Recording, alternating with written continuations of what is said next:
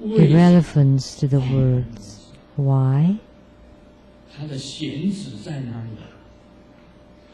So the key teaching, where is the key teaching here? It's something that you need to contemplate on, something that you need to realize. Then you can ascend to the Dharma throne and receive offerings from the sentient beings. So the Buddhas, the Patriarch Bodhisattvas, Arhats can receive offerings because they have gained liberation. Only then they deserve to receive offerings from the sentient beings. If you're not liberated, then you're just mundane people. If you can be liberated, then you're a sage. So the Buddha has an epithet called the one that should be offered to, including the Bodhisattvas, the Patriarch Bodhisattva, the solitary hearers. They all deserve to receive offerings.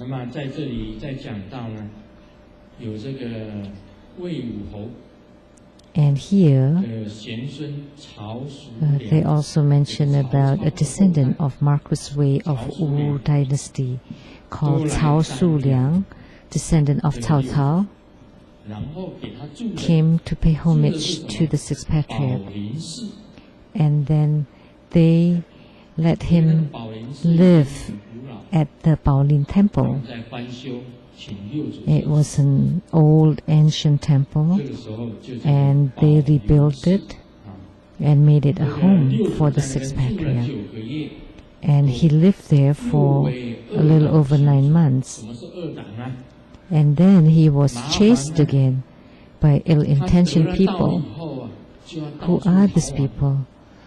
Troublesome people. Because after he gained enlightenment, he had to escape all over because everyone wanted to be the sixth patriarch. And the people who chased after the sixth patriarch were called the ill-intentioned people. So when the fifth patriarch transmitted the Dharma to the sixth patriarch, he got the lineage robe and escaped. And then there was a group of people chased after him and wanted to kill him. And these ill-intentioned people were chasing after the sixth patriarch, even after he gained enlightenment. So the sixth patriarch went into seclusion in the mountains in the front, and yet the chasers set fire to catch him. This is called envy and jealousy. So they were envious of the one who had gained enlightenment and wanted to chase after and killed him. That's quite scary.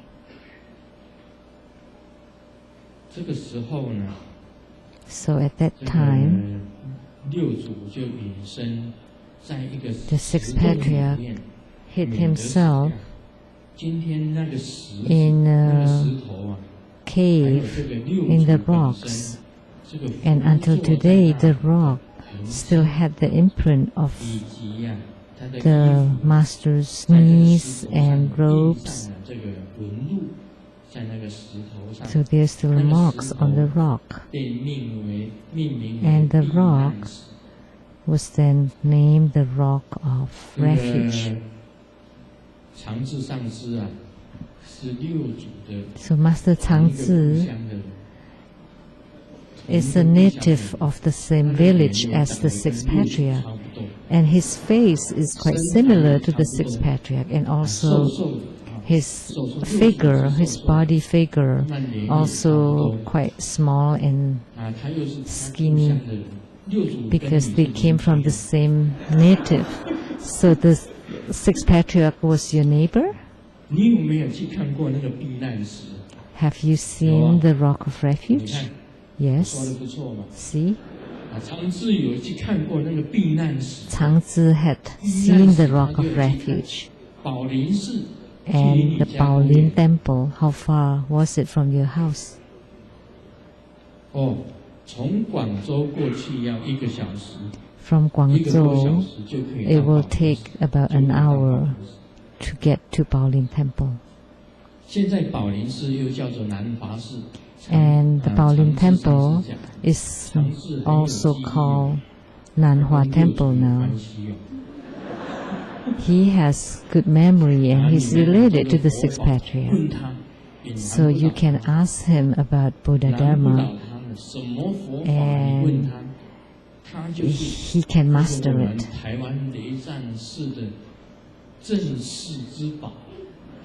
He is a true treasure of the Taiwan Lian Temple.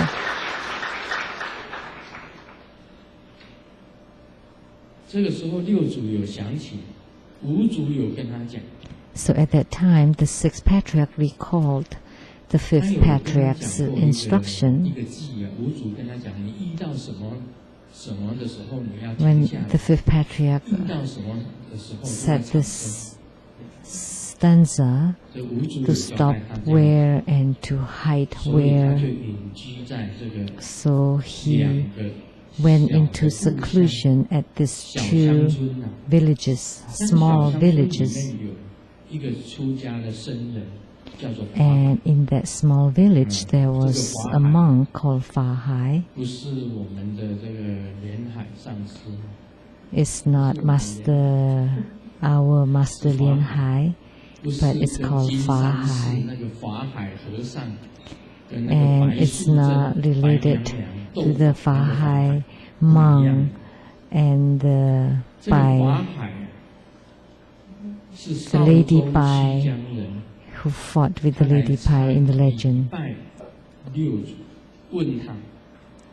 And when he first met the sixth patriarch, he asked, the so-called mind is the so-called Buddha, so the mind is the Buddha. Would you please explain this? And the sixth patriarch said, when a previous thought is not born, that's the mind, and when the future thought does not disappear, that's Buddha. Some people misunderstand this. They thought that when the previous thought has passed and the future thought has not arise, in between there is the Buddha nature. So when a previous thought has passed and a future thought has not appeared, in between this, that's the Buddha nature. That's a misunderstanding. That's not what the sixth patriarch meant. The sixth patriarch said,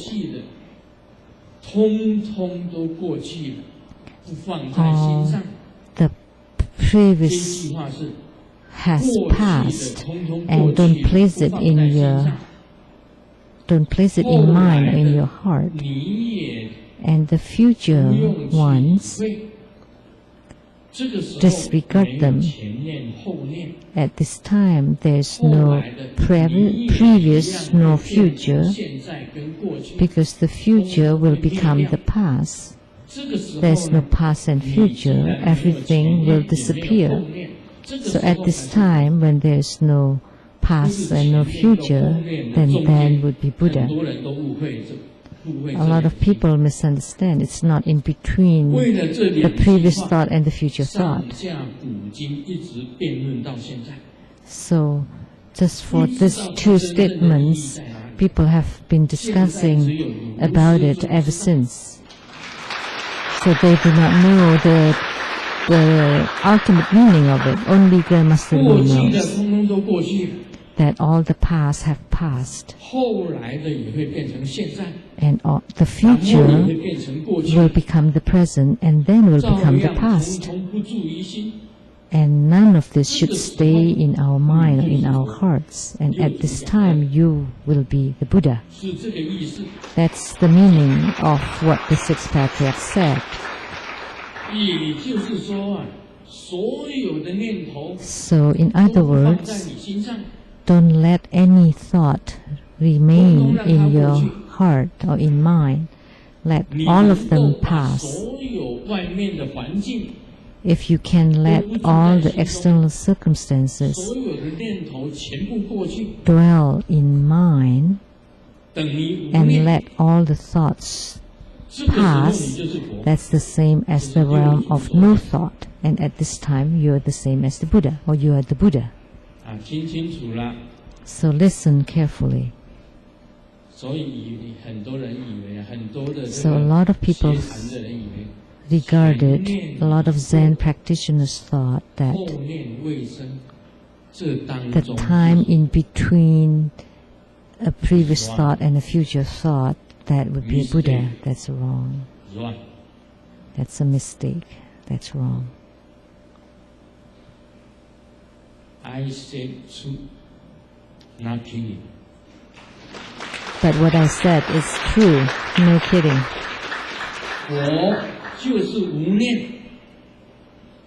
So a Buddha is no thought.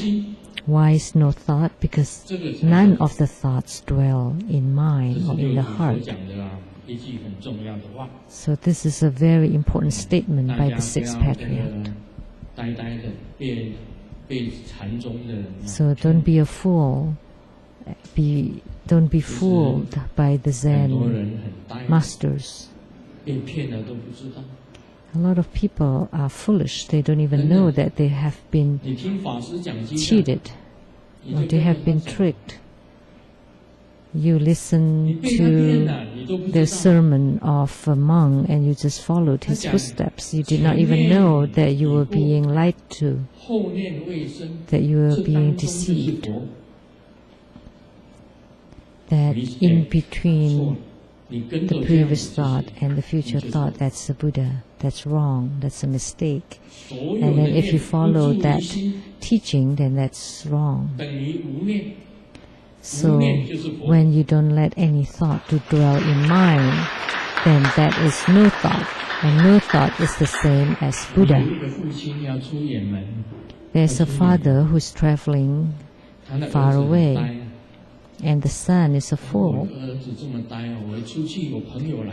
And the father thought, oh, my son is so foolish. So he wrote a note, when I'm away, and if there are friends visiting, he asked the son to make tea and be hospitable to the visitor. So he wrote this note for his son. You should be hospitable to my friend, because I'm traveling far away and be returned in 3 days. And the son followed the note and waiting for the friend to visit. So he waited for 1 day, 2 days, 3 days. And then he thought, no visitor in 3 days. And he burned the paper. So at this time, when the paper had been burned, and the evening of the 3rd day, a friend of his father visited, and he thought, oh no. He looked for the memo, and he thought, oh no, it's gone, it's gone. And the friend asked, oh, your dad's gone? When? Oh, it's burned, he's burned. So that's a fool. According to the written words, you should follow it. Then that's wrong.